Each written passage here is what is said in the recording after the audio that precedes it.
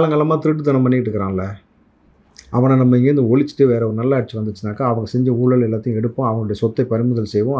அரசாங்க கஜானாவுக்கு அந்த பணத்தை கொண்டு வருவோம். இங்கே நமக்கு இத்தனாயிரம் கோடி நஷ்டத்தில் இருக்குன்னு சொல்கிறோம்ல, கடனில் இருக்குன்னு சொல்கிறதெல்லாம் அடைக்கக்கூடிய சூழல் ஏற்படும். அவன் காலங்காலமாக குடும்ப அரசியல் பண்ண முடியாது, திருட்டுத்தனம் பண்ண முடியாது. அதுக்கு ஒரு சரியான நபர் வரானும் பொழுது அதை தவிர்க்கணும். அதை தடுக்கணுன்றதுக்காக தான் இந்த பக்கம் திமுக தலைமையில் ஒரு 12 கட்சியும், பாஜக தலைமையில் இருக்கக்கூடிய 12 கட்சியும் சேர்ந்து இங்கே வந்து ஒரு பெரிய ஒரு திட்டமிட்டு ஒரு செயலை செய்யுது. 10வதுக்கு நம்ம முண்டகலப்பன்னு ஒரு சின்னம் கொடுத்துருக்காங்கல்ல ஒருத்தருக்கு, அந்த சின்னத்தை சார்ந்த அந்த கட்சி நபர்களும் சேர்ந்து வந்து நம்மளை எதிர்க்கிறாங்க. திமுகவில் வந்து போதைப் பொருள் வந்து தமிழகத்துக்குள்ளே வர்றதுக்கு காரணம் யாருன்னு நான் ஒரு திமுகவை சேர்ந்த ஒருத்தர்கிட்ட போய் நான் கேட்கும்போது அவர் சொல்கிறாரு, தமிழ்நாட்டை வந்து தனி மாநிலமாக பிரித்து கொடுங்க, உள்ளே எதுவுமே வர விடாமல் நாங்கள் பாதுகாக்கிறோம் அப்படின்றாரு. அந்த மாதிரியான பொறுப்பற்ற பதிலை வந்து நான் இதுக்கு முன்னதாகவே உங்ககிட்ட வந்து ஒரு நேர்காணலில் கேட்டிருக்கேன்.